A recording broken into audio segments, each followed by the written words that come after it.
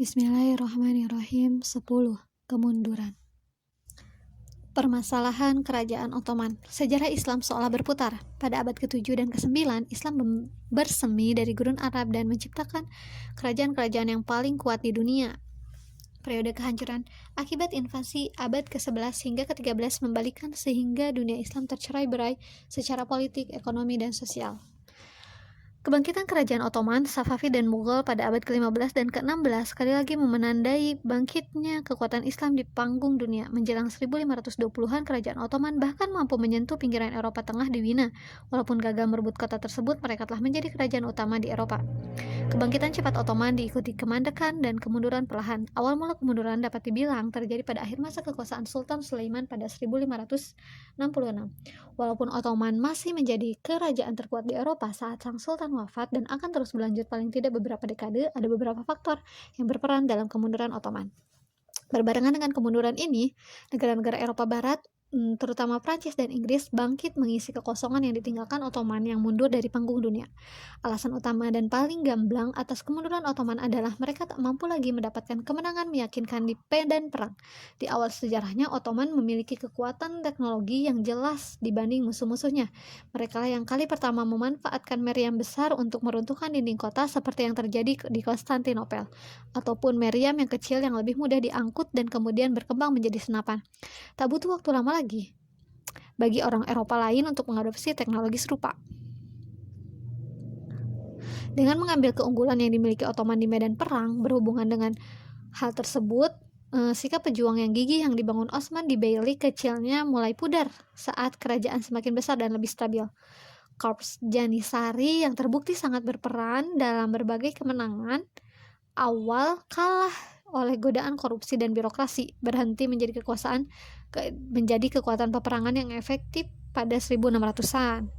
Akan tetapi yang lebih penting bagi kerajaan ini, ukuran yang sudah mencapai tingkat maksimum, tradisi pengiriman pasukan tahunan dari Istanbul setiap musim semi menyebabkan pasukan Ottoman paling berhasil di wilayah yang dapat dicapai sebelum musim gugur, terutama di wilayah di utara yang bisa lebih cepat mengalami musim dingin. Contoh utamanya pengepungan Wina pada 1529. Pasukan Ottoman meninggalkan Istanbul di Mayan dan berjalan melintasi Balkan sepanjang musim panas sampai di luar tembok Wina pada akhir September. Keadaan ini memberikan waktu beberapa minggu saja bagi Sulaiman untuk mengepung sebelum akhirnya kembali ke Istanbul. Masalah logistik menyebabkan pasukan Ottoman tidak dapat maju lebih jauh lagi dari Hungaria. Akibatnya, wilayah berbahasa Jerman di Eropa Tengah selalu tak terjangkau oleh tangan Ottoman. Usaha yang sama ke Wina pada 1683 juga berakhir dengan kegagalan. Batas-batas kemampuan militer Ottoman tampak jelas dengan perjanjian Karlowitz pada 1699. Setelah perang selama 14 tahun antara kerajaan Ottoman dan sebagian besar Eropa, Ottoman dipaksa menyerahkan wilayah melalui perjanjian yang dilakukan untuk kali pertama dalam sejarah mereka. Hungaria, wilayah yang telah dimenangi Sulaiman pada 1500-an, diserahkan pada Austria bersama dengan Transilvania. Sebagian Ukraina yang didiami Tatar Crimea, pengikut Ottoman yang beragama Islam, diambil Polandia. Bahkan, kota negara Venesia pun mendapatkan keuntungan, mendapatkan tanah Ottoman di Yunani Selatan dan sepanjang pantai Adriatik di Balkan. Yang paling signifikan dalam sejarah Ottoman kemudian, Sultan yang dipaksa dalam perjanjian untuk mengakui dan melindungi orang Kristen di kerajaannya. Ottoman sudah melakukannya sesuai dengan hukum Islam dan sistem milet. Yang paling penting dari persyaratan ini, pelindungan terhadap orang Kristen dipaksakan oleh kekuatan luar. Sepanjang 1700-an dan 1800-an, negara-negara Eropa akan menggunakan konsep serupa untuk memecah lebih jauh wilayah Ottoman menuju keruntuhan. Ketidakmampuan Ottoman menang secara militer berkaitan dengan aspek kerajaan yang lain. Pada dasarnya, kerajaan Ottoman adalah negara militer. Penaklukan akan mendatangkan kekayaan, rakyat dan wilayah yang lebih banyak sehingga akan memperkuat kerajaan dan membantu mengadakan ekspedisi militer lebih lanjut.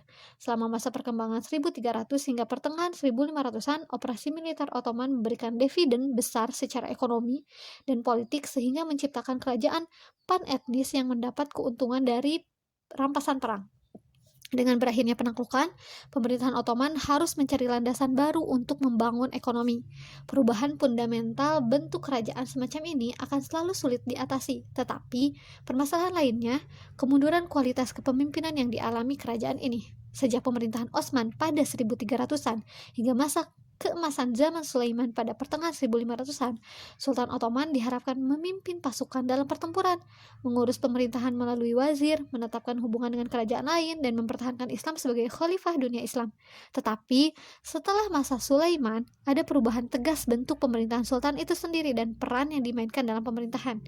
Dimulai pada masa Salim II, anak Sulaiman, banyak sultan lebih memilih menghabiskan waktu dalam kemewahan istana daripada terlibat di pemerintahan kerajaan itu sendiri. Para sultan yang pernah memimpin pasukan dalam pertempuran dan berperang bersama tentaranya sanggup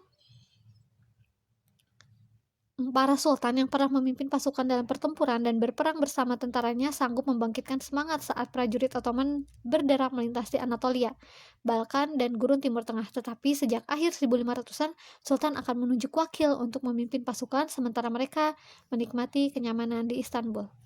Sultan Ahmad I memerintah pada 1603 sampai 1617, mengukuhkan lesunya kesultanan. Secara resmi ia mengakhiri tradisi perebutan tahta oleh para pangeran di Ottoman yang sudah berusia 300 tahun ini. Sebelumnya Sultan tak bisa membiarkan para saudaranya tetap hidup. Kalau tidak akan terjadi pemberontakan terhadap kekuasaannya seperti yang terjadi pada masa kekuasaan Bayezid II. Sekarang seluruh anggota keluarga Ottoman dibiarkan tetap hidup, tetapi dipaksa tinggal dalam pengasingan dalam haram istana. Jika seorang sultan meninggal, pejabat pemerintah akan masuk ke haram dan cukup memilih anggota keluarga tertua untuk naik tahta. Banyak sultan seperti ini yang keluar dari pengasingan setelah dewasa dan mengalami dampak tertentu karena menghabiskan puluhan tahun hidup sendirian di ruang bersepuh emas, tanpa pernah berlatih mengelola pemerintahan sebelumnya. Para sultan ini tak mampu memimpin kerajaan yang besar dan kompleks dengan efektif, maka pengelolaan pun jatuh ke tangan para wazir dan pejabat pemerintah lain yang secara efektif berkuasa atas nama sultan. Pada 1600 dan 1700-an, keberuntungan kerajaan tak bergantung pada kemampuan sultannya, tetapi pada wazir agungnya. Ahmad I mungkin bertujuan melindungi dinasti ini dari perang saudara yang begitu mahal ongkosnya. Tetapi hasil reformasi yang dilakukannya membuat dinasti Ottoman tak mampu menghasilkan sultan yang cakap dalam kurun 1600 dan 1700-an. Masalah yang jauh lebih menggusarkan kerajaan Ottoman sepanjang masa kemundurannya selain di bidang ekonomi dan militer berkaitan dengan situasi ekonomi Eropa sejak 1500-an.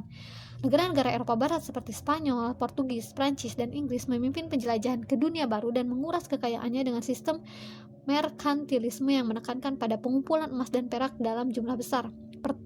Pertambahan di Amerika Tengah dan Selatan memungkinkan kapal-kapal mengangkut perak ke pasar Eropa melalui Spanyol. Ketika perak membanjiri ekonomi Ottoman, mata uang kerajaan sangat merosot dan inflasi pun meningkat. Ekonomi Ottoman terpukul di dua sisi. Tak ada lagi perang atau penaklukan yang menghasilkan barang rampasan dan kebangkitan Eropa Barat yang memperlemah kerajaan Ottoman. Secara intelektual, kerajaan ini stagnan pada 1600-an dan 1700-an setelah sekian abad keunggulan Islam di bidang ilmu pengetahuan, saat Eropa berusaha melewati abad ke-8. Para ilmuwan Ottoman cenderung meremehkan kemajuan intelektual Eropa. Mereka hampir tak bisa disalahkan atas hal ini, karena Eropa memang bersusah payah menghasilkan prestasi ilmu pengetahuan sejak kejatuhan Kekaisaran Romawi. Kenyataannya, abad ke-8 berakhir pada 1600-an. Renaissance dan pencerahan selanjutnya memandu era baru intelektualitas Eropa, yang ironisnya didorong oleh penerjemahan karya-karya Islam berumur ratusan tahun di kota-kota utama Eropa. Kebanyakan ilmuwan Ottoman gagal menyadari pergeseran ini dan kemajuan Eropa. Eropa diremehkan sebagai inovasi kafir. Pada awal sejarahnya, kerajaan Ottoman telah berusaha menjembatani jurang intelektual antara Kristen Eropa dan dunia Islam. Pelukis, ilmuwan, dan ahli bahasa Eropa dapat ditemukan di Istana Mehmed II. Tetapi saat Eropa mulai mengambil peran dominan dalam panggung politik dunia, kecurigaan Ottoman kepada tetangga Kristennya menimbulkan sikap anti-intelektualisme yang menghalangi pertumbuhan lebih lanjut. Masuknya gelombang perang perak dari Amerika menyebabkan inflasi di kerajaan Ottoman. Pada 1580, satu koin emas dapat dibeli dengan 60 koin perak. 10 tahun kemudian, pada 1590, butuh 120 koin perak untuk membeli satu koin emas. Pada 1640 malah butuh 250 koin perak. Meskipun semua faktor ini bergabung untuk melemahkannya, Kerajaan Ottoman tetap menjadi salah satu kerajaan terkemuka di Eropa dan Timur Tengah pada 1600-an dan 1700-an. Pertumbuhan yang luar biasa dalam 300 tahun pertama begitu hebat sehingga tantangan militer, ekonomi, politik, dan intelektual yang dihadapi Ottoman pada masa kemandekannya tak dapat sepenuhnya menghapuskan capaian yang ada. Bentuk fundamental kerajaan harus berubah dan beradaptasi dengan kenyataan geopolitik yang baru. Yang paling penting adalah hubungan antara Ottoman dan negara-negara Eropa lainnya. Para wazir cukup pragmatis untuk menyadari bahwa konflik tanpa akhir dengan tetangga-tetangga barat akan berujung bencana. Hubungan antagonis Ottoman dengan Eropa pun mulai pudar saat para wazir mengerti era ekspansi sudah berakhir menjelang 1600-an. Tak ada yang lebih terang benderang dibanding periode tulip yang berlangsung antara 1718 dan 1730. Pada masa itu, Wazir Agung Ottoman, Nevşehirli Damat Ibrahim Pasha, membuat rencana baru dengan Eropa yang ditandai dengan hubungan dagang dan perpaduan budaya. Gaya artistik Eropa, terutama barok, diadopsi oleh Ottoman dan dilebur dengan gaya tradisional Islam sehingga menciptakan tampilan baru yang khusus. Tulip, yang populer awal abad ke-18 di Eropa Barat, sangat menonjol dalam seni periode ini. Meskipun budaya berkembang baik di periode tulip, kecenderungan yang lebih signifikan mulai muncul dalam hubungan antara Ottoman dan Eropa Barat. Stagnasi dan goyahnya Ottoman pada 1600-an memicu kejatuhan dengan cepat pada 1700-an. Perjanjian Karlowitz pada 1600 memperjelas kelemahan Ottoman, tetapi perang dan perjanjian berikutnya pada 1700-an benar-benar menunjukkan kemunduran Ottoman. Usaha Ottoman untuk mendapatkan kembali Yunani Selatan memicu perang dengan Austria pada 1710-an yang berujung pada perjanjian Passarowitz. Perjanjian ini menghasilkan penyerahan Serbia kepada kerajaan Austria pada 1718. Usaha merebut wilayah kembali yang malah menyebabkan kehilangan daerah lebih banyak benar-benar menunjukkan situasi yang sedang dihadapi Ottoman. Beberapa dekade perdamaian diikuti peperangan membawa malapetaka dengan Rusia dari 1768 hingga 1774. Rusia mampu meraih kekuasaan atas Crimea dan Kaukasus Utara, serta mendapat jaminan bahwa orang Kristen di wilayah Ottoman akan dilindungi. Pemisahan menyeluruh kerajaan ini pada akhir 1700-an hanya terhalang oleh pecahnya revolusi Prancis sehingga Eropa disibukkan olehnya. Pada akhir abad ke-18, Ottoman kehilangan wilayah yang sangat luas di Eropa. Gelombang telah berbalik dan menguntungkan Kristen Eropa. Konsesi ekonomi dan politik yang dipaksakan sama destruktifnya dengan kekalahan militer Ottoman. Dalam sebuah kesempatan, pemerintahan Ottoman menyerahkan pengendalian penuh atas lahan yang sangat luas kepada Eropa Barat. Sultan Salim I menandatangani perjanjian dengan Prancis yang memberikan hak istimewa perdagangan khusus untuk kerajaan. Penyerahan ini awalnya saling menguntungkan karena memperkuat ikatan dagang di antara dua kekuatan ekonomi terbesar di Eropa. Namun, saat Ottoman mengalami kemunduran, penyerahan ini muncul dalam bentuk baru. Sebagai balasan atas dukungan diplomatik yang sangat dibutuhkan, Ottoman setuju memberikan yurisdiksi khusus bagi warga negara Prancis di wilayah Ottoman. Jadi, orang-orang Prancis kebal dari setiap tuntutan atau kendali pemerintahan Ottoman. Menjelang pertengahan 1700-an, Prancis berhasil menjadikan seluruh penganut Katolik dalam wilayah Ottoman dianggap sebagai warga negara Prancis dan berada di bawah hukum Prancis. Selain itu, mereka berhak memperluas hukum Prancis kepada warga negara Ottoman manapun yang diinginkan. Hasilnya, orang Kristen di kerajaan ini mendapat dukungan ekonomi yang sangat besar. Mereka mendapat perlakuan istimewa dari Prancis dan melindungi mereka secara politis, kemudian memilih berdagang secara eksklusif dengan mereka. Akibatnya, sebagian besar perdagangan luar negeri Ottoman benar-benar berada di luar kendalinya, dan yang lebih buruk lagi, penyerahan hak ini harus diperbaharui bahkan diperkuat sepanjang 1700-an saat Ottoman butuh dukungan diplomatik Prancis demi menghindari pemisahan wilayah ke Austria dan Rusia. Kenyataan bahwa kerajaan Ottoman bersedia menyerahkan kedaulatan di wilayahnya sendiri menandakan betapa lemahnya mereka menjelang abad ke-18.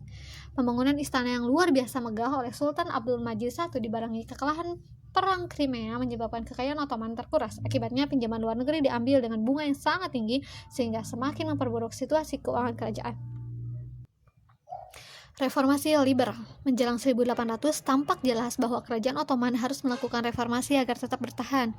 Serangkaian sultan yang berkuasa pada abad ke-19 berusaha mengambil kembali sebagian kendali administrasi dari para wazir agung sejalan dengan reformasi kerajaan di seluruh Eropa. Mahmud II menjadi sultan pertama yang melakukan reformasi. Ia mereorganisasi pemerintahan Ottoman menjadi lebih bergaya Eropa. Alih-alih menyaingi wazir dengan intrik dan birokrasi istana yang kompleks, para menteri diangkat untuk mengawasi departemen luar negeri, dalam negeri, hukum, pendidikan, dan lainnya. Korps pasukan pengawal sultan berakhir dalam pertempuran berdarah di jalanan kota Istanbul saat Mahmud menetapkan nizam Hadid yang mengikuti standar Eropa. Bahasa Prancis diajarkan selain bahasa Turki di sekolah-sekolah. Bahkan cara busana pun direformasi. Turban tradisional dan jubah yang dikenakan pegawai pemerintah selama berabad-abad dihapuskan dan diganti celana, jaket militer, serta sepatu buat kulit. Kopiah dipakai di mana-mana oleh pegawai pemerintah dan warga biasa. Saat Mahmud menerapkan reformasi ini, oposisi muncul dari para ulama yang menentang pengadopsian budaya Eropa sebagai inovasi keagamaan. Mereka terpinggirkan oleh pemerintahan baru yang lebih terpusat kuat, yang juga mulai menancapkan kekuatan di provinsi-provinsi jauh. Para gubernur juga kecewa karena sebelumnya telah relatif lama menjalani sistem Ottoman.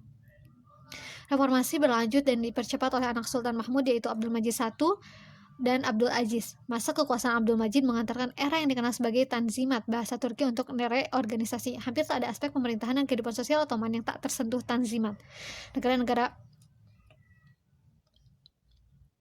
Negara bangsa Eropa dianggap sebagai model berharga untuk ditiru, dan para ahli didatangkan dari Eropa untuk mengarahkan perubahan yang diyakini sangat diperlukan Kerajaan Ottoman. Perubahan era Tanzimat meliputi sistem postmodern, bank nasional, sensus, reformasi pajak, parlemen kuno, dan lagu kebangsaan Ottoman.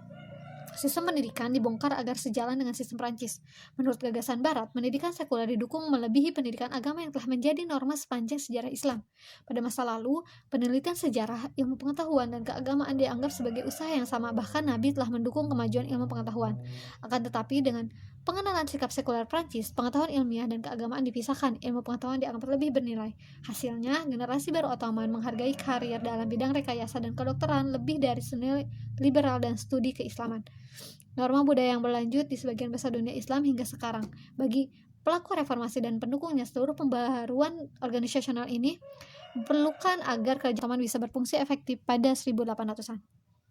Vaksinasi cacar dikembangkan di Kerajaan Ottoman. Sesudah itu vaksinasi dilakukan di Inggris oleh istri seorang duta besar Inggris yang mengamati pelaksanaannya di Istanbul. Akan tetapi, yang lebih signifikan, Tanzimat menghadirkan perubahan fundamental dalam melaksanakan pemerintahan Ottoman secara hukum. Kode hukum lama ditetapkan oleh Sulaiman dan Mufti Agung pada 1500-an dan digantikan dengan kode baru berdasarkan sistem Prancis. Sistem ini menjunjung hak asasi berdasarkan semangat pencerahan sebagai basis hubungan antar warga negara dan pemerintahannya. Pertumbuhan sekularisme dalam negara Ottoman menemui tantangan dari elemen yang lebih konservatif. Semenjak awal, Ottoman membanggakan diri sebagai wakil dan pelindung Islam. Osman mampu menjadi ghazi populer dengan memimpin seorang Islam melawan kekaisaran Bizantium Kristen. Mehmed II memenuhi ramalan Nabi tentang mengislamikan Konstantinopel. Salim I membawa kekhalifahan ke Istanbul. Sekarang, kerajaan ini menanggalkan tradisi Islam dan menggantinya dengan pendekatan liberal dan sekuler yang dipinjam dari Eropa. Sepanjang sejarah Islam, kerajaan mendasarkan hukumnya pada syariat Islam. Diikuti atau tidak, itu masalah lain. Tetapi, tak pernah sebelumnya kerajaan Islam mengakui sekularisme sebagai kebijakan yang sah. Menurut Sultan dan penasihatnya, kenyataan zamanlah yang mengharuskan hal ini, dan perubahan diperlukan untuk menenangkan Kristen Eropa. Berbarengan dengan pemikiran sekuler yang datang bersama pencerahan, nasionalisme menjadi kekuatan intelektual yang kuat pada abad ke-19. Orang-orang Eropa di seluruh benua itu mulai mengelakkan gagasan kerajaan pan-etnis tradisional dan memilih negara bangsa yang didominasi oleh kelompok etnis atau bahasa yang sama. Bagi Ottoman yang diisi bangsa Turki, Arab, Kurdi, Armenia, Yahudi, Serbia, Bosnia, Yunani, dan banyak etnis lain, konsep nasionalisme ini menjadi masalah. Saat Yunani berhasil merdeka dari Ottoman dengan bantuan dari seluruh Kristen Eropa pada 1830, ancaman nasionalisme menjadi nyata. Kelompok etnis lain dalam kerajaan ini bisa menuntut kemerdekaan sehingga menyebabkan pembongkaran kerajaan habis-habisan. Untuk memerangi nasionalisme, konsep identitas dan rasa memiliki harus berkembang di wilayah kerajaan Ottoman. Beberapa pejabat, terutama yang terdidik secara Eropa Barat dan terpengaruh oleh nasionalisme, berusaha mengikat ke seluruh warga Ottoman dalam gagasan Ottomanisme. Di bawah gagasan ini, seluruh warga negara Ottoman, apapun agama atau etnisnya, dianggap setara. Reformasi hukum era Tanzimat telah menjamin hal tersebut. Tetapi sekarang seluruh kelompok etnis dan agama didorong untuk mengenali diri sebagai bagian Ottoman. Akan tetapi, kenyataannya, Ottomanisme gagal menyatukan rakyat dalam satu identitas. Kapitulasi pada negara Eropa menyebabkan orang Kristen mendapatkan keunggulan ekonomi yang sangat besar yang tak dimiliki orang Islam. Sekarang, orang Islam bahkan tak memiliki keunggulan hukum atau sosial apapun. Ketegangan antara orang Islam dan Kristen meningkat. Di seluruh kerajaan, satu umat Muslim menyadari bahwa mereka tertinggal dari orang Kristen yang menjadi lebih kuat dan berpengaruh. Pada akhirnya, usaha menyatukan seluruh warga Ottoman menjadi satu bangsa hanya meningkatkan ketegangan dan agitasi antar kelompok keagamaan dan etnis. Era Tanzimat berlangsung sampai 1876. reformasi periode ini gagal memperlambat kemunduran negara Ottoman. Keuangan Ottoman masih berantakan, pemberontakan di antara kelompok etnis di Balkan semakin sering terjadi, Ottomanisme dan reorganisasi provinsi gagal memadamkan nasionalisme. Sementara itu, kekuatan Eropa Barat semakin besar dan berpengaruh. Era baru imperialisme dan kolonialisme pun dimulai. Sebagian pejabat pemerintahan berpendidikan barat yang dikenal sebagai Ottoman Muda meyakini kegagalan Tanzimat itu karena kurang liberal. Mereka semakin mendorong sekularisme Eropa dan membatasi kekuasaan sultan lebih jauh. Faksi kuat ini memberhentikan Sultan Abdul Aziz pada 1876 dan menggantikannya dengan keponakannya Murad. Sultan baru ini lebih tidak kompeten dibanding pendahulunya dan patah semangat hanya beberapa bulan kemudian. Kemudian ia dipecat dan digantikan saudaranya Abdul Hamid II. Perubahan kesultanan oleh para wazir ini menyebabkan majunya pemimpin yang dapat melanjutkan reformasi liberal pada era Tanzimat, tetapi kekuasaan Abdul Hamid II tak berjalan sesuai rencana. Pada 1908, Abdul Hamid II mendirikan Universitas Islam di Beijing, Tiongkok untuk melayani penduduk muslim Hui di Tiongkok. Pan-Islamisme. Abdul Hamid mungkin menjadi salah satu sultan Ottoman yang paling siap selama berabad-abad. Sistem pemenjaraan mewah dalam harem yang diawali Ahmad I telah lenyap pada abad ke-19. Sebagai pangeran, Abdul Hamid bisa bepergian ke Eropa dalam bagian delegasi diplomatik. Ia pun sangat terpelajar. Sesuai karakter era klasik Sultan Ottoman, ia seorang serba bisa. Ia menjadi penyair ulung dan pegulat, bahkan membuat furniturnya sendiri. Selain itu, tak seperti pendahulunya yang bermewah-mewah, ia menghindari bermegahan istana baru dan mahal di sepanjang Bosporus, dan memilih tinggal di tempat sederhana di istana Yildiz yang lebih kecil dan terpencil. Seorang pemimpin yang cakap memang sangat dibutuhkan saat ia naik tahta. Perang Russo-Turki pada 1877 sampai 1878 berujung pada kemerdekaan Rumania, Serbia, dan Montenegro, serta otonomi Bulgaria di bawah kerajaan Ottoman. Sisa-sisa kendali Ottoman di Balkan secara perlahan lenyap. Dukungan dari Inggris pada 1870-an tetap menegakkan Ottoman hanya karena melihatnya sebagai penyangga efektif melawan imperialisme Rusia. Lebih lanjut, Ottoman telah menyatakan bangkrut pada 1875 dan sebagian besar anggaran dialokasikan untuk membayar bunga utang luar negeri yang besar yang terkumpul selama masa kemunduran. Walaupun berjanji meneruskan reformasi Tanzimat liberal, Abdul Hamid membawa kerajaan menuju arah baru. Reformasi yang berusaha membatasi kekuasaan sultan dan mengalihkannya ke parlemen ditinggalkan. Abdul Hamid berusaha mengembalikan kekuatan tradisional kesultanan. Konstitusi yang ditulis dan diterapkan oleh Wazir Agung pada awal masa kekuasaannya pada 1876 dihentikan tanpa batas pada 1878 dengan dalih karena perang melawan Rusia. Untuk kali pertama sejak zaman gemilang kekuasaan Ottoman pada 1500-an, Sultan benar-benar berkuasa. Sejalan dengan kekuasaan Sultan, Abdul Hamid mengembalikan aspek dinasti Ottoman yang telah terlupakan, kekhalifahan. Ottoman telah memegang gelar khalifah sejak Salim I menaklukkan Mesir pada 1517, tetapi jarang digunakan. Bagi Abdul Hamid, posisi sebagai ahli waris jabatan yang dimulai oleh Abu Bakar itu sangat penting. Gelar ini signifikan karena dengan kehilangan wilayah Kristen Balkan, kerajaan Ottoman sekarang menjadi negara dengan minoritas Muslim. Orang Turki, Arab, Albania, dan kelompok Islam lain dalam kerajaan didatangi oleh pengungsi Muslim yang diusir oleh kekuatan Kristen di Eropa, termasuk Kircasian yang mengalami pembersihan etnis di Rusia Selatan pada 1860-an. Mengumpulkan warga negara dalam identitas Islam untuk bersumpah setia kepada khalifah lebih mudah daripada identitas Ottomanisme ciptaan. Selain itu, dengan banyaknya orang Islam yang hidup di bawah dominasi imperial Eropa di India, Afrika, dan Asia Tenggara, ia dapat menggunakan posisinya sebagai pemimpin spiritual dunia Islam untuk menaikkan posisi saat menghadapi kekuatan imperial Eropa. Pan-Islamisme sangat didukung selama masa kekuasaannya karena ia berharap bisa memberikan energi baru ke dalam pergerakan Ottoman. Sambil berharap menyatukan semua muslim dalam gagasan Pan-Islam, Abdul Hamid mengadakan serangkaian proyek yang bertujuan mengembalikan bentuk Islam ortodok yang telah hilang selama bertahun-tahun Tanzimat. Jalur kereta api dibangun melintasi kerajaan, tetapi yang terpenting adalah jalur Hijaz yang merentang dari Istanbul ke Madinah. Upaya menghubungkan Ottoman dengan provinsi terjauh memang masuk akal secara logistik. Hal ini juga membuat perjalanan haji lebih mudah ditempuh, terutama saat melintasi gurun Arab.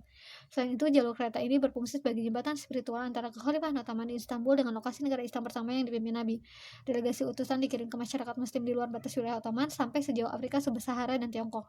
Kesetiaan dunia Islam bisa dimanfaatkan Sultan untuk menghadapi kekuasaan Eropa yang terus berkembang. Dalam satu sikap yang mengesankan, ia membuat kecewa Theodor Herzl dan gerakan Zionis yang menawarkan untuk membeli Palestina sebagai pengganti atas pembayaran utang luar negeri. Kerajaan Pan-Islamisme Abdul Hamid sesuai dengan aspek non-sekular Tanzimat, dan reformasi yang bertujuan memperkuat kerajaan terus berlangsung. Wazir Agung ditunjuk dengan tujuan mereorganisasi birokrasi pemerintahan agar lebih efisien dan kompetitif menghadapi kekuatan Eropa. Selama masa kekuasaannya, pendapatan meningkat dan korupsi menurun. Penasihat militer Jerman dipanggil untuk memodernisasi dan melatih pasukan Ottoman. Sementara itu, kapal-kapal yang didatangkan dari Inggris, Prancis, dan Eropa dan Amerika. Pendidikan diperluas di seluruh negeri. Sekolah dasar dan menengah didirikan untuk menyaingi sekolah Asia yang didanai misionaris Kristen. Menjelang 1895, lebih dari 1 juta murid di seluruh negeri masuk ke sekolah umum melejitkan tingkat literasi. Meskipun sudah berusaha memodernisasi kerajaan dengan mempertahankan bentuk Islam dan monarki, Abdul Hamid tak mampu membendung penyebaran liberalisme dan sekularisme di wilayah kekuasaannya. Para elit berpendidikan Eropa tak pernah putus asa mengharapkan negara Ottoman baru berdasarkan gagasan Eropa Barat. Pada 1909, Abdul Hamid diberhentikan oleh perkumpulan rahasia yang dikenal sebagai Turki Muda. Dengan didukung orang Kristen Turki dan diilhami liberalisme sekuler Eropa, Turki Muda berhasil mengakhiri 33 tahun masa kekuasaan Abdul Hamid dan pemerintahannya yang berorientasi Islam. Akan tetapi, mereka memilih untuk tak mengakhiri kesultanan. Hingga 30 tahun berikutnya, dua sultan masih memimpin, tapi hanya sebagai boneka tanpa otoritas. Kekuasaan sesungguhnya dalam sejarah Ottoman berikutnya berada di tangan Turki Muda.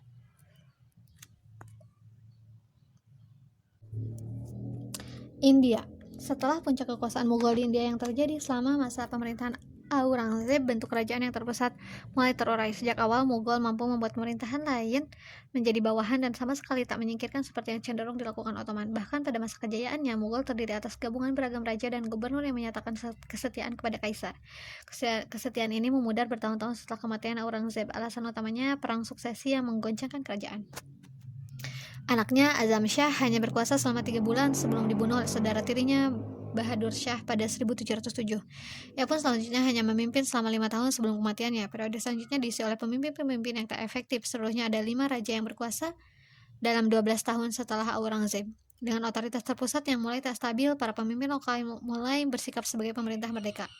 Mereka masih menerima otoritas Mughal sebagai maharaja, tetapi dalam keseharian Mughal hampir tak ada hubungan apapun dengan provinsi. Bahkan, saat Raja Muhammad Shah berkuasa pada 1719 sampai 1748 mampu menciptakan stabilitas dan memimpin kerajaan hampir selama 30 tahun. Penguasa lokal tak bermanfaat bagi pemerintahan Mughal. Perpecahan kerajaan mulai terjadi. Pada awal abad ke-18, India menguasai 25% kekayaan dunia. Ketika kerajaan secara keseluruhan mulai tercerai menjadi negara merdeka sepanjang 1700-an, ketidakstabilan merajalela. Seperti mengulangi periode Taifa di Andalusia, kerajaan kecil yang dipimpin Raja Hindu dan Islam mulai bangkit dan berusaha menjadi kekuatan dominan baru di anak benua India. Pashtun, Bengali, Sikh, Hindu Maratha, bahkan Inggris secara aktif berjuang meraih kekuasaan dalam masa pasca Aurangzeb di India.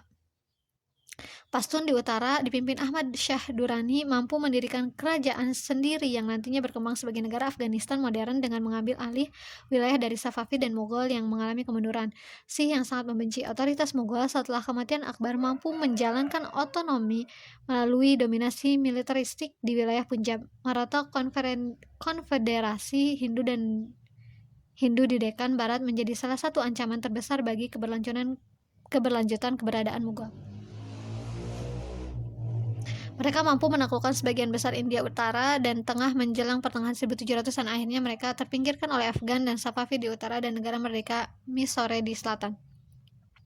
Ketika negara-negara di India ini jatuh bangun dalam usahanya berkuasa pada abad ke-18, Inggris masuk di tengah keributan tersebut. British East India Company, entitas dagang yang telah berbisnis di India sejak awal 1600-an, memanfaatkan perpecahan di seluruh India untuk memperluas kendali di anak benua ini. Sejak 1740-an, perusahaan Inggris mulai terlibat dalam perang di Deccan. Mereka menawarkan bantuan keuangan dan pasukan dengan imbalan berupa hak dagang eksklusif dari penguasa lokal. Dari perspektif Inggris, cara ini memberikan keuntungan ganda dalam mengembangkan peluang ekonomi mereka di India serta menendang keluar para pedagang Prancis. Dalam beberapa dekade, Inggris mampu meningkatkan posisinya di India untuk mendapatkan hak dagang di sebagian besar India. Selain sebagai penarik pajak dan penasihat pemerintah di sepanjang pantai Samudra Hindia, Inggris bahkan berhasil mengusung pemerintahan pilihan mereka di Bengali pada 1757 dengan memanfaatkan partai politik di wilayah tersebut demi keuntungan mereka. Pada akhir abad ke-18, British East India Company telah bangkit menjadi salah satu di antara sekian banyak kekuatan di India yang tercerai-berai, menjelma kekuatan politik terkemuka dengan sistem pemerintahan, militer, ekonomi, dan tujuan politiknya sendiri. Beberapa faktor turut mempengaruhi periode kekuasaan East India Company. Ada yang menjadi bencana bagi India, terutama bagi orang Islam. Pertama, tujuan setiap perusahaan bukanlah mengikuti aturan dan hukum, melainkan menghasilkan uang bagi pemegang saham. Maka, aturan perusahaan India sangat eksploitatif, bahkan bagi standar pemerintah Eropa yang berdiri pada abad ke-18 di seluruh dunia. Hak perdagangan bebas Inggris menghancurkan kompetisi ekonomi pedagang lokal. Timbul monopoli atas berbagai barang dan kerajinan yang dapat dieksploitasi dari penduduk lokal demi keuntungan. Inggris yang giat memastikan agar Mughal tak mampu bangkit menjadi kekuatan utama, cenderung memilih pedagang Hindu dibanding dengan Islam. Maka, kaum Hindu mendapatkan keunggulan besar daripada kaum Islam. Selain itu, wilayah-wilayah yang dikuasai Islam di utara adalah tanah subur bagi Inggris untuk mengembangkan kekuatannya. Berlawanan dengan Hindu di selatan, tempat Mysore mampu menahan pergerakan maju Inggris pada 1700-an. Mirip dengan di Ottoman, abad ke-19 menjadi saksi dominasi penuh kekuatan barat atas India, yaitu oleh Inggris. Secara resmi, East India Company tak memiliki kedaulatan nyata hampir di seluruh India dan hanya menjalankan kendali melalui penguasa lokal. Di sana, Inggris menjadi penasihat dan penarik pajak. Keadaan berubah saat tentara India yang bekerja di pasukan East India Company disebut Sepoy memberontak pada 1857. Percikan yang memicu pemberontakan Sepoy ini adalah kabar bahwa peluru mesiu yang harus digigit untuk dibuka ternyata diolesi minyak lemak babi dan sapi, padahal keduanya diharamkan bagi orang Islam dan Hindu. Pemberontakan ini menumbuhkan kebencian mendalam terhadap Inggris yang menjarah India sebagai bagian dari kekuasaan globalnya. Dalam setiap aspek, pemberontakan ini berujung kegagalan bagi India, tetapi juga mempercepat berakhirnya kekuasaan East India Company di anak benua tersebut. Pemerintahan Inggris memilih untuk menyita tanah perusahaan ini dan menguasai India sebagai entitas imperial yang dikenal sebagai Raja Inggris atau British Raj. Walaupun orang Islam dan Hindu sama-sama terlibat dalam pemberontakan, orang Islamlah yang paling disalahkan. Akibatnya, status sosial mereka di India terus tenggelam. Selain itu, di bawah kekuasaan Inggris, kerajaan Mughal yang saat itu tinggal nama saja secara resmi dihapuskan sebagai hukuman atas dukungan Raja Bahadur Shah II pada pemberontakan tersebut. Baru 1947 seiring penerimaan negara Pakistan, Islam sekali lagi menguasai anak benua India. Afrika, Asia Tengah, dan Asia Tenggara. Imperialisme Eropa mampu memainkan peran langsung di wilayah-wilayah yang lebih jauh dari pusat kekuasaan Islam tradisional di Istanbul dan Delhi. Kerajaan Ottoman dan Mughal tetap mampu mempertahankan otonomi untuk sementara karena kekuatan besar mereka pada masa lampau. Tetapi kerajaan-kerajaan yang lebih kecil di pinggiran dunia Islam tak berdaya menghadapi serangan Eropa. Inggris, Prancis, Rusia, dan Belanda mampu menaklukkan penduduk Islam dan memasukkannya dalam wilayah jajah mereka yang terus berkembang. Pantai Mediterania di Afrika Utara telah menjadi wilayah Ottoman sejak abad ke-16. Pengaruh dan kendalinya di wilayah ini tak pernah menyamai apa yang telah dijalankan di daerah Balkan, Anatolia, dan sebagian besar Timur Tengah. Tetapi, pemerintah lokal masih menyatakan kesetiaan kepada Kesultanan Ottoman, terutama semenjak Angkatan Laut Ottoman membantu mempertahankan Afrika Utara dari gangguan Spanyol pada 1500-an. Pada abad berikutnya, tradisi penyerangan dan pertahanan muncul di Mediterania antara Islam di pantai utara Afrika dan kekuatan Angkatan Laut Eropa yang terus tumbuh. Eropa menganggap Afrika Utara sebagai pemerompak yang bermarkas di kota-kota pelabuhan seperti Aljazair, Tunisia, dan Tripoli karena bajak laut kasar yang merampok kapal-kapal Eropa. Kata barbarian bahkan diturunkan dari nama penduduk asli Afrika Utara Berber. Sementara itu, para pelaut Islam menganggap dirinya pembela wilayah Islam dan orang Eropa adalah bangsa gila perang yang tak berbudaya. Dalam setiap kasus, menjelang akhir 1700-an terjadi gelombang yang menguntungkan Eropa. Angkatan Laut Eropa didukung kerajaan luar negeri berhasil mengungguli Afrika Utara yang bertahan hidup dengan membajak kapal-kapal Eropa. Eropa akhirnya berhasil mencapai daratan Afrika Utara dengan membombardir kota-kota utama seperti Aljazair dan Tripoli. Bahkan Amerika Serikat yang baru berdiri pun terlibat dalam aksi tersebut dengan menyerang Tripoli pada 1805. Tak butuh waktu lama, Afrika Utara pun jatuh ke tangan musuh abadinya. Prancis menyerang Aljazair dan wilayah di sekitarnya pada 1830, serta menancapkan koloni di Aljazair. Tak seperti wilayah luar negeri Prancis, Aljazair ibarat batu loncatan untuk melintasi Laut Mediterania. Maka Aljazair tidak dianggap sebagai koloni, melainkan bagian dari Prancis itu sendiri. Ratusan ribu orang Prancis pindah ke Aljazair, lalu mendominasi ekonomi dan budaya lokal, sedangkan penduduk asli diturunkan menjadi warga kelas 2. Tunisia juga diserang dan ditaklukkan pada 1881. Pada 1911, kerajaan Italia yang baru bersatu menyatakan perang terhadap Ottoman dan mampu merebut provinsi Tripolitania, Cyrenaica, dan Prizren yang kemudian disatukan menjadi satu koloni Libya. Maroko yang terletak jauh di Afrika Barat yang terletak jauh di barat Afrika Utara berhasil mempertahankan diri, tetapi wilayahnya terbagi-bagi dan kemudian menjadi protektorat di bawah pengaruh Spanyol dan Prancis.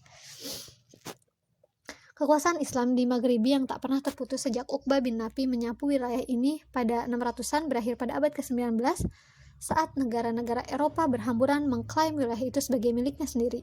Mesir menjadi kasus unik yang terpisah dari tetangga-tetangganya di sebelah barat. Sebagai wilayah pertanian yang menguntungkan, Prancis telah mengamatinya sebelum mengusik wilayah lain di Afrika Utara. Napoleon menyerbu daerah kekuasaan Ottoman ini pada 1798 untuk melindungi Prancis dan mengacaukan perdagangan Inggris di wilayah tersebut. Usaha penyerbuan ini gagal dan dalam kekosongan kekuasaan setelah invasi, seorang komandan militer Ottoman, Mehmet Ali, mampu meraih kekuasaan di Mesir. Meski secara resmi tetap setia kepada Kesultanan Ottoman, Mehmet Ali memimpin Mesir sebagai kerajaan tersendiri. Ia melakukan reformasi yang bertujuan memodernisasi Mesir sejalan dengan gaya Eropa sebelum Ottoman memasuki era Tanzimat. Akibatnya, pengaruh Eropa yang sangat kuat masuk ke daerah kuno ini. Penerus Mehmet Ali melanjutkan kecenderungan terhadap gaya Eropa, dan Eropa membalasnya dengan investasi besar di wilayah tersebut yang mencapai puncaknya pada pembangunan terusan Suez pada 1869 oleh Prancis. Peran negara-negara Eropa yang semakin besar dalam membentuk Mesir memicu demonstrasi umum yang mendukung nasionalisme Mesir dan melawan dinasti penguasa pada 1880-an. Dengan dalih melindungi investasi finansialnya, pemerintah Inggris dan Prancis menyerbu Mesir pada 1882. Mereka mengalahkan kaum nasionalis dan menyangga dinasti Mehmet Ali. Sejak itu Mesir berada di bawah pendudukan militer Inggris walaupun secara resmi masih menjadi wilayah Ottoman hingga 1914. Pada 27 Agustus 1876, Inggris mengalahkan Zanzibar dalam peperangan terpendek sepanjang sejarah yang hanya berlangsung selama 40 menit. Pemicu peperangan adalah suksesi tahta Zanzibar dengan sultan yang ingin mengeluarkan Zanzibar dari kungkungan pengaruh Inggris. Kolonialisme Eropa tak hanya terbatas di Afrika sebelah utara. Negara-negara Islam Afrika Barat yang terpencil dan negara pantai Afrika Timur yang berbasis perdagangan pun jatuh ke tangan Eropa. Jumlah penduduk Afrika Barat banyak berkurang karena perdagangan budak Atlantik. Tak lama setelah kolonisasi Eropa di dunia baru pada abad ke-16 yang kali ini tak mampu menahan invasi menjelang abad ke-19. Nasib wilayah pantai yang tak dimasuki Islam bergantung pada pedagang Eropa di kota-kota pelabuhan utama. Dari basis ini, Prancis bergerak cepat masuk ke pedalaman pada akhir 1800-an. Negara-negara Islam di lembah sungai Nigeria yang selama ini dilindungi Sahara yang luas di utara dan rimba raya di selatan tak siap menghadapi penyerbuan Prancis. Menjelang 1895, bagian yang lebih luas dari Afrika Barat berada di bawah kendali Prancis. Eropa menjarah kota-kota besar yang pernah menjadi pusat pengetahuan Islam, terutama Timbuktu. Kemakmuran dan kekuatan Mali abad pertengahan tinggal menjadi kenangan saat Afrika Barat dimasukkan dalam dunia jajahan yang didominasi oleh kekuatan Eropa yang saling bersaing. Di Afrika Timur, Inggris memimpin imperialisme. Pantai Swahili sangat vital dalam rencana Inggris mengontrol Afrika di sepanjang sumbu utara selatan dari Mesir hingga Afrika Selatan. Tetapi sejak awal 1700-an, Oman, negara di sepanjang pantai Tenggara Arab, telah mengendalikan kerajaan maritim yang membentang di pantai Afrika Timur. Basis utamanya kota Zanzibar yang sekarang dikenal sebagai Tanzania. Dari tempat ini, Oman mengontrol perdagangan pantai dan menyisipkan pengaruh besar pada wilayah daratan. Saat itu, rute perdagangan Samudra Hindia hampir tak sepenting perdagangan Atlantik yang didominasi Eropa. Maka dari itu, Oman kemudian dipaksa bersepakat dengan Inggris yang telah menanamkan pengaruh dalam pemerintahan Oman sepanjang 1800-an. Saat terjadi krisis pergantian pemimpin pada 1856, Inggris memaksakan Oman dan Zanzibar menjadi dua negara yang kemudian melemahkan keduanya. Selain itu, Inggris melarang perdagangan budak di daratan yang menjadi sumber pemasukan utama penguasa. Hal ini semakin memperlemah kontrol Islam pada Afrika Timur. Saat pemerintahan Zanzibar tak bisa mengendalikan wilayahnya dengan efektif, Inggris mengambil kesempatan untuk mendirikan protektorat atas seluruh wilayah tersebut. Sistem pecah belah yang cocok dengan kekuatan imperialis Eropa terbukti manjur mengubrak-abrik pantai Afrika Utara yang pernah makmur dan kuat hingga menjadi sekadar tanah jajahan. Asia Tengah. Di Asia Tengah, Rusia mengambil peran utama dalam penaklukan wilayah Islam. Rusia telah menaklukkan Tatar Islam di wilayah Volga awal 1500-an, berbarengan dengan ibu kota tradisional di Kazan. Meskipun kebijakan penindasan diterapkan oleh Tsar Rusia selama berabad-abad, Masyarakat Tatar muncul kembali sebagai kekuatan ekonomi menjelang abad ke-19. Mereka bertindak sebagai perantara dalam perdagangan antara Kristen Rusia yang menjadi penduduk dan orang Turki di Asia Tengah. Tempat mereka bisa bertemu saudara seagamanya. Saat itu, komunitas Turki terpecah menjadi sekian banyak negara kecil yang tersebar di sepanjang gurun Asia Tengah. Meskipun menjadi rumah bagi sebagian pusat pengetahuan dalam sejarah Islam, seperti Samarkand dan Bukhara, tempat asal Imam Al-Bukhari, Asia Tengah secara geografis terpisah dari dunia Sunni lainnya karena Persia. Dikelilingi oleh Persia dan Inggris yang mengganggu di selatan, Tiongkok di timur, dan Rusia di utara, Turki Asia Tengah tak mampu mengadang pengaruh Rusia. Memanfaatkan ikatan ekonomi yang ada, Rusia mulai mencaplok wilayah-wilayah Asia Tengah pada 1800-an dengan bantuan besar jalur kereta api baru yang menghubungkan wilayah ini dengan pusat kekuatan Rusia di barat. Gerak maju Rusia memberi peringatan bagi Inggris yang menguasai India sehingga melontarkan serangan ke Afghanistan demi berusaha melawan Rusia. Seluruh konflik dan persaingan antar kedua kekuatan ini memecah belah Islam Asia Tengah dan dikenal sebagai pertandingan besar. Menjelang akhir abad tersebut, Rusia mampu menaklukkan seluruh wilayah Turki sampai Khurasan yang didominasi Persia. Sementara itu, dataran tinggi Afgan menjadi penyangga yang menahan imperialisme Rusia ke selatan.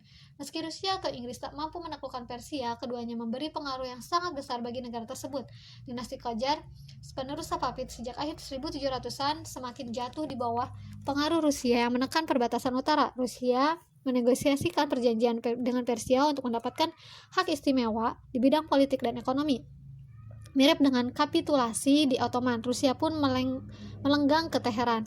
Sementara itu, Inggris melalui sistem protektorat atas masyarakat Arab di sepanjang pantai Teluk Persia memengaruhi bagian selatan Persia.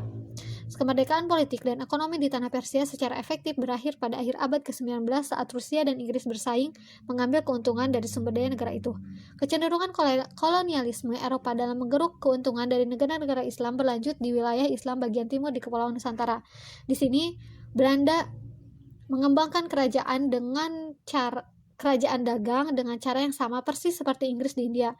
Perusahaan dagang Hindia Timur mendirikan pangkalan di seluruh Asia Tenggara untuk berdagang rempah-rempah dengan kerajaan Islam setempat. Penjajah komersial ini tak ragu menggunakan kekuatan militer untuk memperluas peluang perdagangan. Pada 1641, Belanda memaksa Portugis keluar dari pelabuhan penting di Malaka yang telah didudukinya sejak 1511. Pada 1621, Belanda membantai lebih dari 10.000 orang di Kepulauan Banda dalam usahanya menguatkan kendali atas hasil panen pada wilayah tersebut. Dengan menggunakan kebrutalan yang sama, Belanda mampu menaklukkan sebagian besar Kepulauan Nusantara pada abad ke-19. Kesultanan Islam lokal di Jawa dan Sumatera tidak diam. Upaya melawan kekuasaan Belanda terus menjadi duri dalam daging penjajahan. Sumber ekonomi yang kaya digabungkan dengan keunggulan teknologi dan kurangnya bantuan dari dunia Islam lain membuat kekuasaan Belanda di Asia Tenggara berlangsung hingga setelah Perang Dunia Kedua. Pada abad ke-16, Ottoman mengirimkan ekspedisi angkatan laut ke Kesultanan Aceh untuk membantu perlawanan lokal menghadapi imperialisme Belanda. Secara keseluruhan, abad ke-19 menjadi saksi kekalahan kekuatan politik Islam di seluruh dunia. Inggris, Prancis, Belanda, dan Rusia lainnya mengambil keuntungan dari kekuatan Eropa yang terus tumbuh. Tak diragukan lagi bahwa dalam banyak hal, orang Eropa meyakini dirinya layak menguasai dunia karena pemerintahan yang tercerahkan, kekuatan ekonomi serta militer yang terorganisasi rapi.